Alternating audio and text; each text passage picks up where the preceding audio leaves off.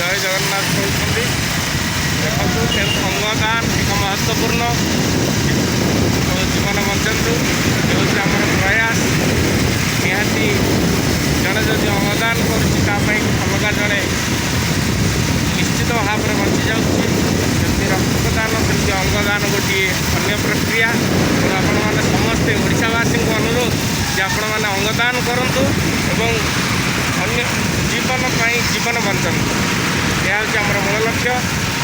जय जगन्नाथ जय।